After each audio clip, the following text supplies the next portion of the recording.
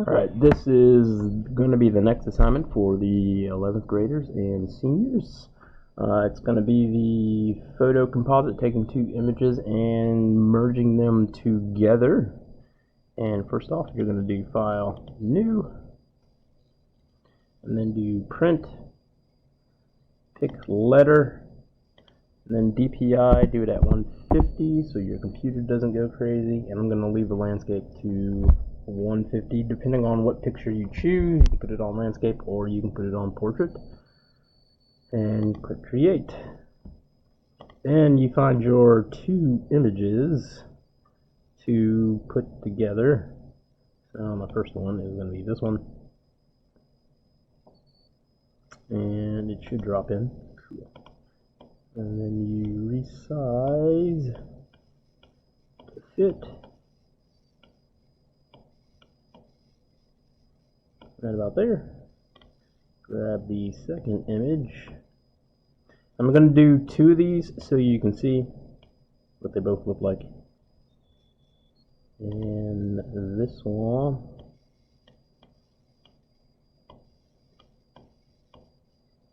shrink it down some more. And we'll leave a border around the sides.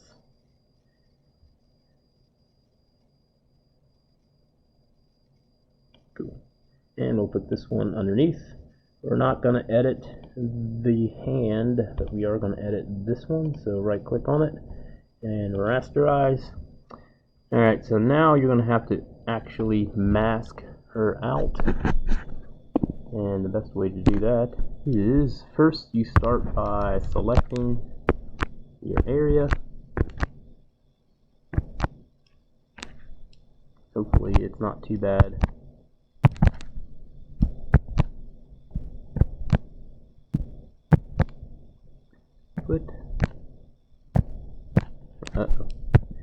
Alright, when that happens, you have an area like that. You can either do subtract, and you can clean it up a little bit, but if it doesn't actually go in nicely, like here where that foot is and where this foot is, what you can do is click on refine and another menu will pop up. So here you can pick foreground. So let me change the size of the brush. So shrink the size of the brush. You can do foreground, and the foreground would be adding to the selection map. So that means adding to the foot. That's what the red represents. But I want to take away and add more red around so that it's actually selected around the foot. And wait for it to do its thing.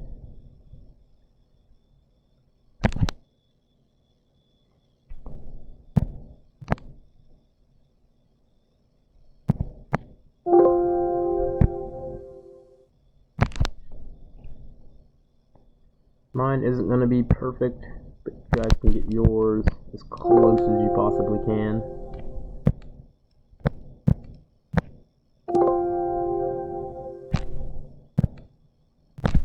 And I know I'm on the toes. Foreground, and get it back off the toes. Alright, there you go.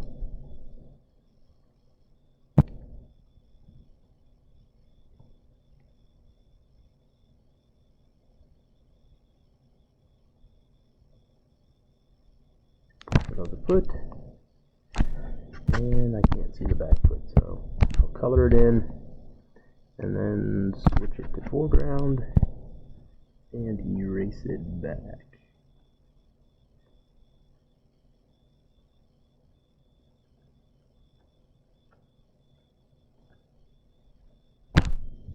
And let it do its thing. Cool. Up here you have border width. You can actually extend the border of this thing, but I am not going to. I don't really want to extend it. Oh, I forgot a part.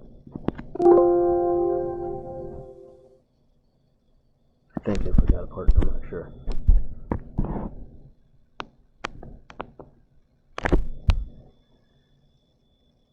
Hopefully I didn't forget a part. And you can add smoothing, make it look smoother.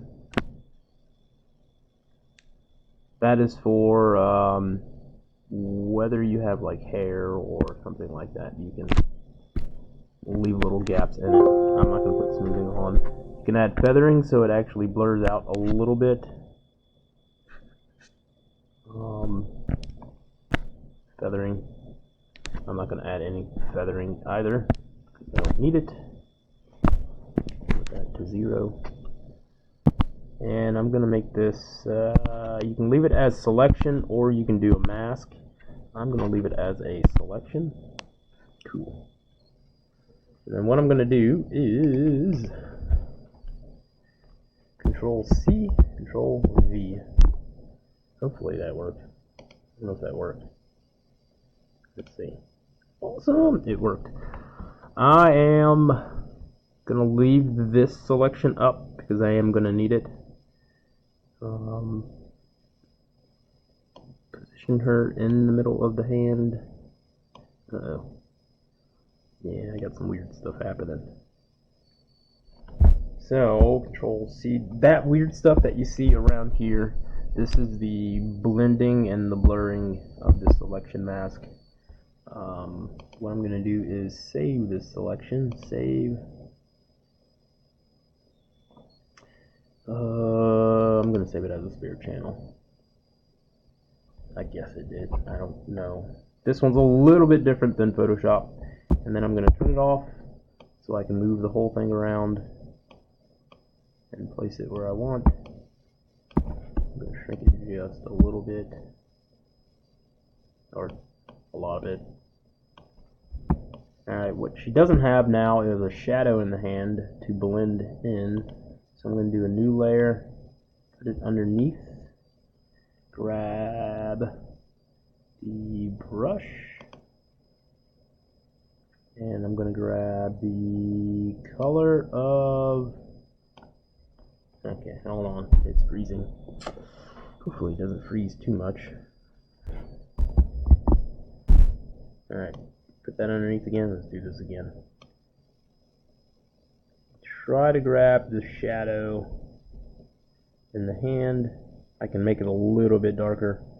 So one of the creases, like the thumb, has a nice dark shadow on it. Actually, I'm going to go over here to the pinky. I want it to be slightly purple. Nah, I'll go for the thumb. Right here. Cool. So now you just go ahead and draw. Makes your shadow.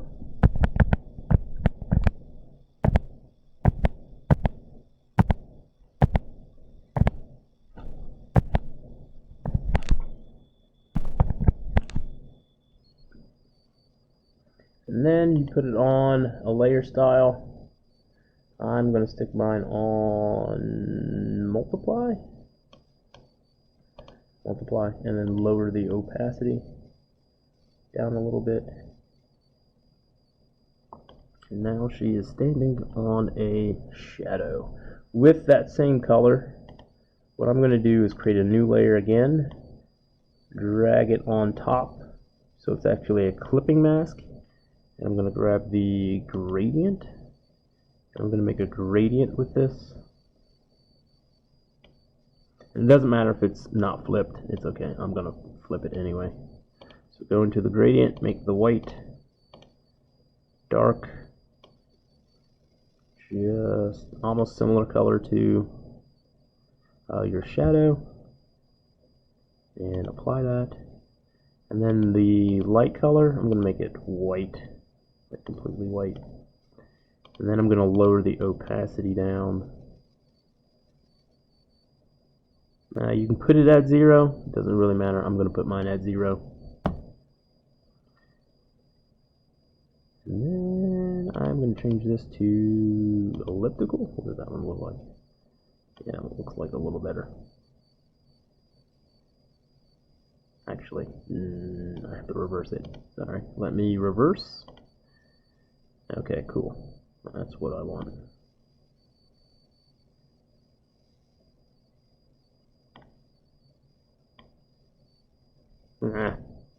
Stop moving. Let me zoom out. make me create it.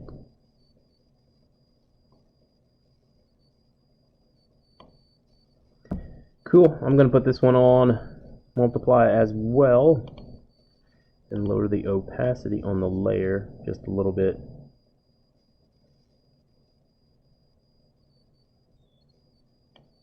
And I'm going to flip the image since the light is coming from the left, the bright light. I'm going to flip the whole entire image. So where the heck is that? Alright.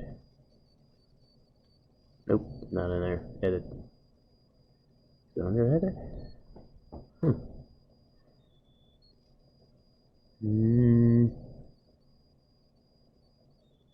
don't want to flip the whole document, not put the Alright, where are you?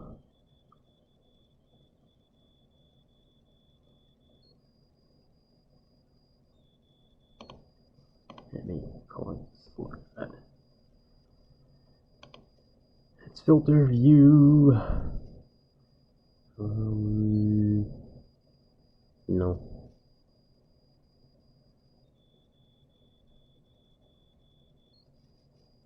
It's text. Usually it's underneath here, but I doubt I'll be able to find it.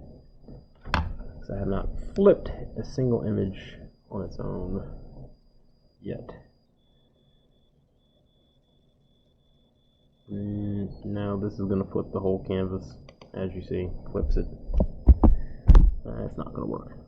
Layer. That's a mask. Duplicate, delete, hide.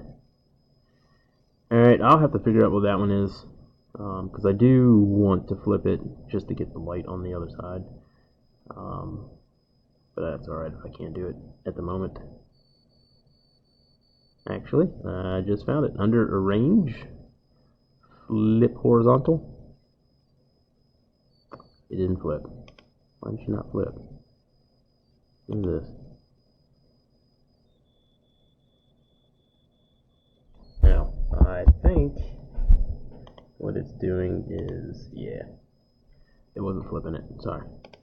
Alright, let's flip now. Ah, now vertical. Horizontal. Cool. Alright, so the next thing I'm going to do is create another layer. I'm going to stick this one underneath the other. Not inside. Come on. And I'm going to name the layer. This is red purple light.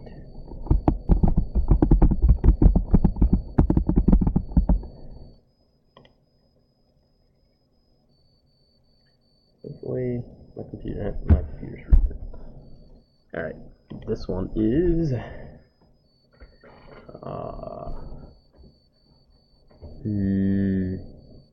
overall shadow. There's a word I'm looking for, I can't think of the word. Alright, cool. So we're going to select the purple light layer, grab the gradient. And what we're going to do here is purple is on the right, and we're going to grab as bright as we can get it. Purple. It doesn't look too bright. I'm going to make it a little brighter.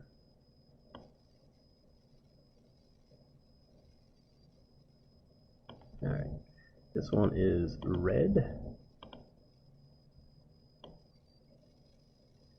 Let me grab the red from here. Cool.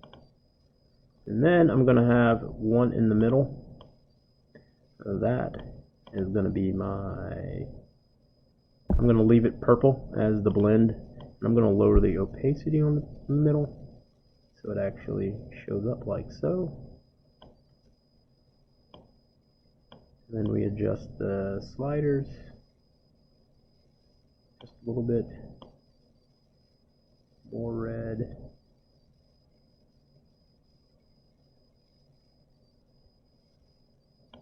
Actually, easy way is to move this in.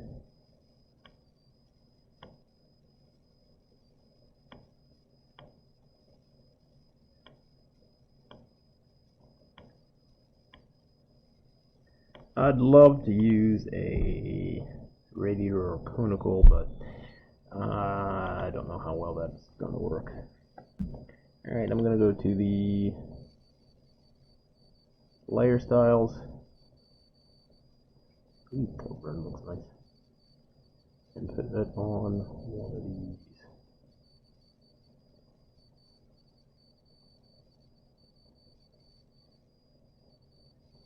It doesn't look as red as I want it to be.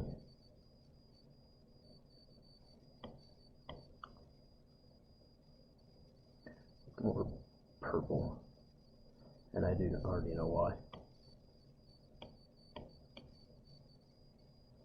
So I'm going to stick it on multiply, go here to adjust this center. I'm going to make sure that this is more red than purple.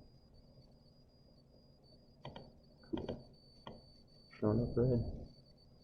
No. Alright, let's make it red.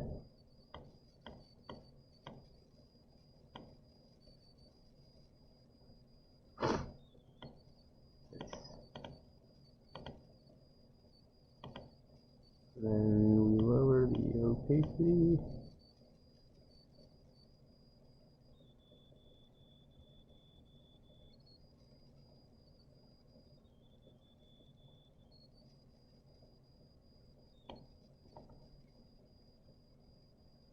Make this red. How bright is it? Make it brighter.